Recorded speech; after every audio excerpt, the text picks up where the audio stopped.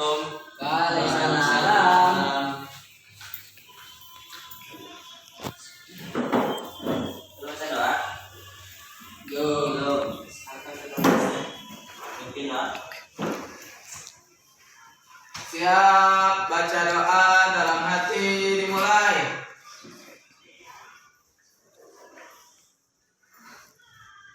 Selesai. Assalamualaikum warahmatullahi wabarakatuh. Oke, Bapak sekarang mau absen dulu. Yang tidak hadir silakan angkat tangan.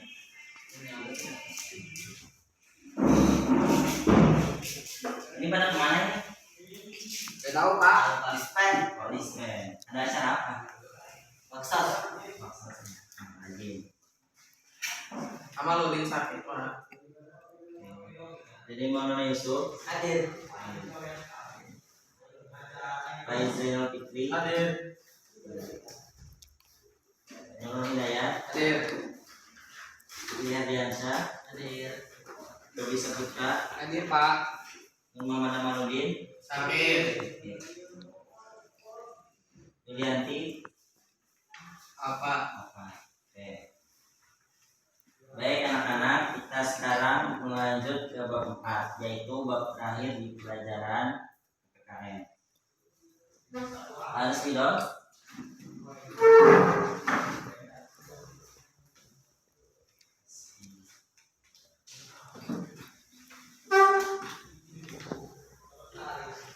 Silakan dicatat dulu.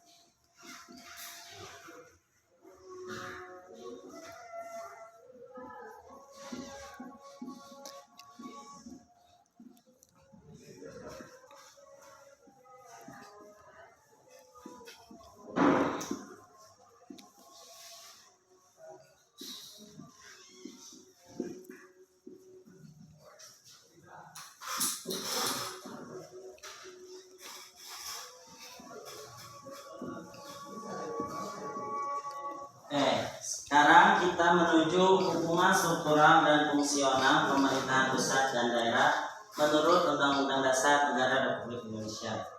Nah, negara Indonesia adalah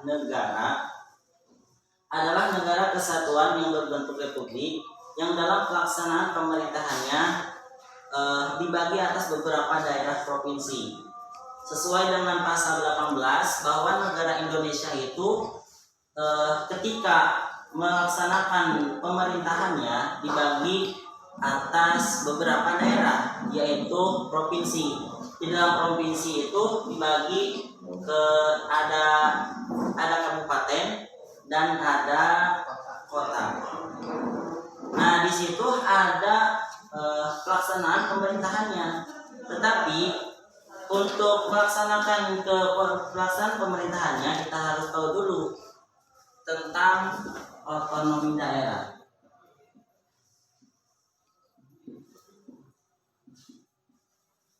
Ada yang tahu otonomi daerah apa? Pembagian kekuasaan. Terus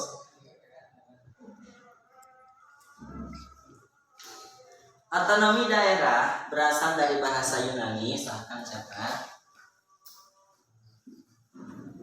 Berasal dari bahasa Yunani, yaitu autonomos atau autonomous atau autonomia, yang artinya yaitu keputusan sendiri. Jadi ketika melaksanakan pemerintahannya tergantung kepada kepala pemerintahannya. Contoh, di Provinsi Jawa Barat dipimpin oleh siapa? Gubernur. Siapa gubernur di Provinsi Jawa Barat? Ridwan Kamil. Ridwan Kamil. Dan Kamil apa siapa? Ayo. Iya, Ridwan Kamil. UU ya. UU. Tahu UU nggak? Undang-undang. UU Ruzmatul Ulum itu gubernur di Provinsi Jawa Barat.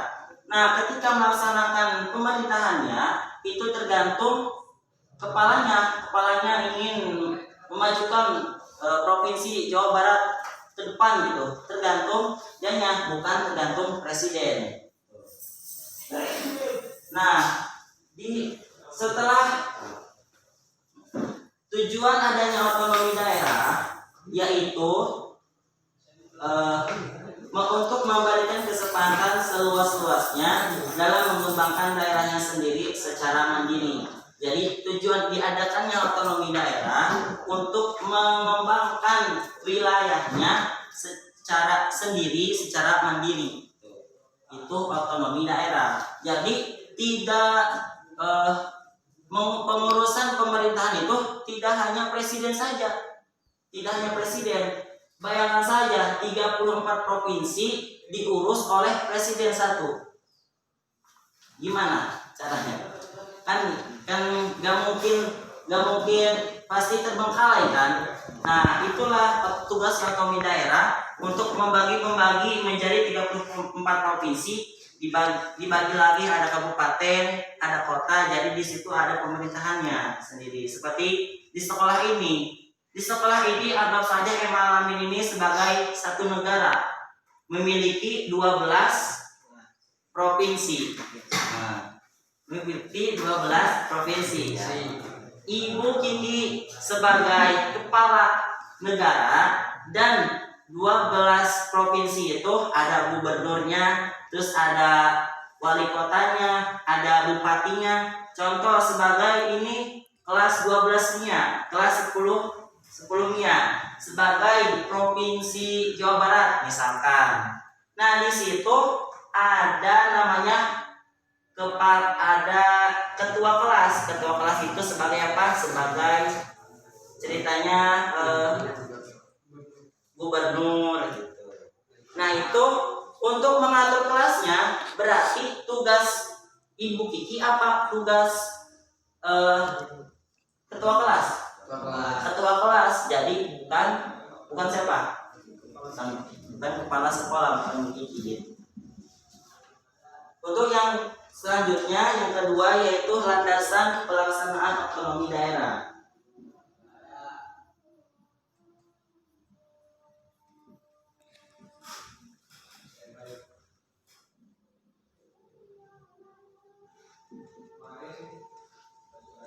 Landasan pelaksanaan otonomi daerah. Apa itu landasan? Ada yang tahu? Landasan itu kata orang mah patokan. Ya, patokan. Jadi pelaksanaan otonomi daerah ini harus memiliki landasan seperti umat Islam. Landasannya yaitu Al-Quran dan hadis. Nah, berarti meskipun pemerintahannya dipimpin oleh gubernur, oleh wali kota, oleh siapa lagi? Bupati. Nah, tidak semena-mena dia itu melaksanakan pemerintahannya, tetapi ada landasannya. Yang pertama yaitu Undang-Undang Dasar 1945 pasal 18. Ada yang tahu pasal 18? Enggak, Kak. Masya Allah. Lupa lagi. Yang pertama pasal 18. Yang kedua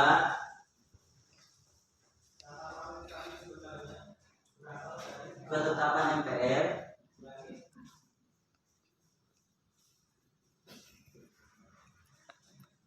Nomor 15 tahun 1998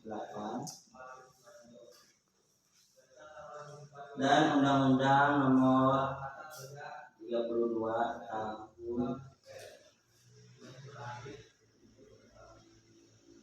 2004. Nah, jadi ketika melaksanakan otonomi daerah atau kepemimpinan pemerintahan harus memiliki landasan, yaitu satu pasal 18. Kalau nggak salah pasal 18 itu Negara Kesatuan Republik Indonesia memiliki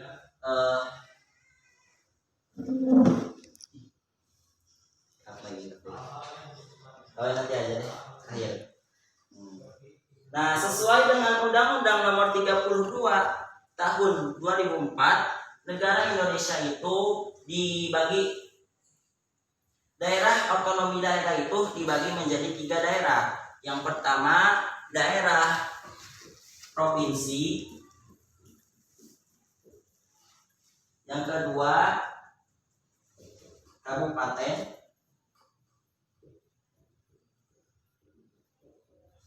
Yang ketiga, kota. Sudah sampai sini? Paham? Ada yang bertanya? Udah berapa paham ya? Yang ketiga, prinsip dan asas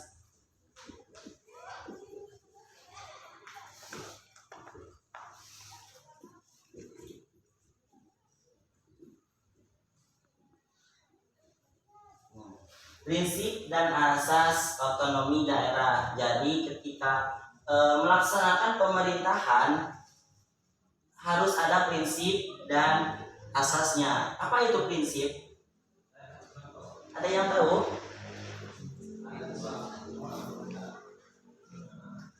Ada yang tahu? Tidak. Ada di sini prinsip ada 3, yaitu prinsip seluas-luasnya,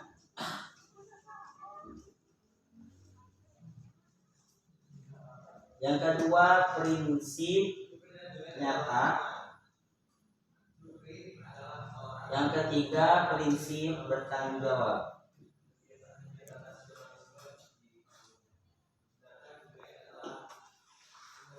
Ada 3 prinsip otonomi daerah. Yang pertama, prinsip seluas-luasnya. Apa itu prinsip seluas-luasnya? Prinsip seluas-luasnya yaitu prinsip di bidang kehidupan. Bukan, jadi ketika melaksanakan pemerintahannya bukan hanya di bidang politik saja, tapi mencakup semua bidang. Contoh bidang sosial, bidang ekonomi, bidang apa lagi? Politik, terus budaya, dan sebagainya. Jadi tidak hanya bidang politik saja yang dibagi-bagi pemerintahannya, ada juga nanti ekonomi dan sebagainya. Ada lagi bidang prinsip nyata. Prinsip nyata itu yaitu prinsip yang menyelenggarakan kewenangan pemerintahan di bidang tertentu. Jadi kalau prinsip nyata itu ditunjuk bidangnya. Contoh bidang politik saja. Berbeda dengan seluas-luasnya. Kalau seluas-luasnya itu mencakup semuanya.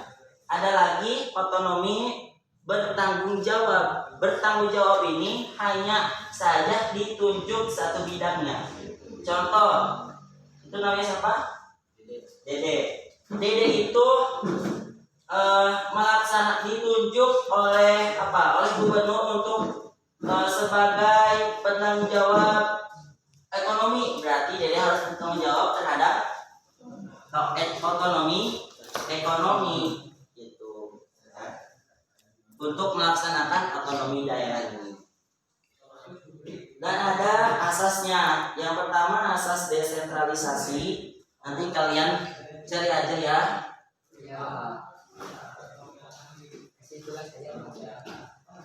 Untuk selanjutnya ada tujuannya. Tujuan diadakannya otonomi daerah, yaitu memberikan kewenangan yang luas dan nyata kepada daerah.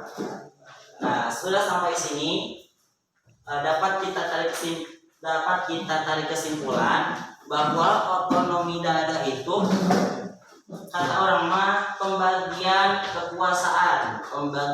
kekuasaan. Ada presiden di atasnya, terus ke bawahnya ada provinsi di dipimpin oleh siapa? Gubernur. Terus ada lagi kabupaten dipimpin oleh bupati, dan ada kota dipimpin oleh wali kota. Nah, untuk apa adanya otonomi daerah? Yaitu untuk jadi pemerintahan itu nanti terurus gitu. Kalau kita bayangkan tadi presiden mengurus semuanya di Indonesia dari sampai Merauke, apakah akan lulus? Apakah akan terurus? Tidak.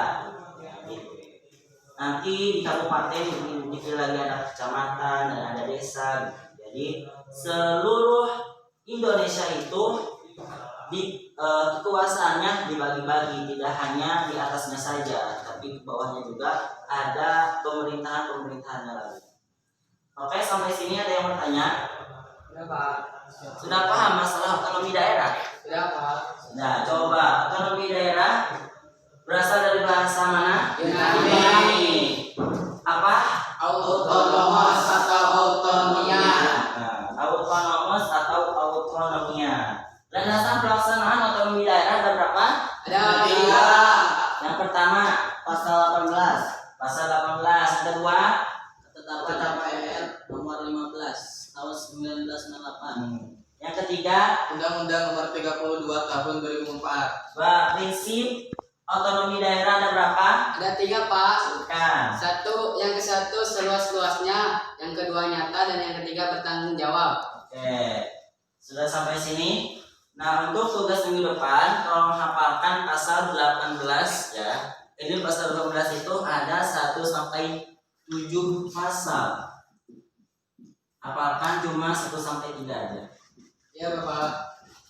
Nanti minggu depan disetorkan ya. Siap Bapak. Berhubung waktu sudah habis, sudah ini pelajaran siapa? Matematika. Atau matematika. Oke. Sekian dari Bapak, kurang lebihnya mohon maaf.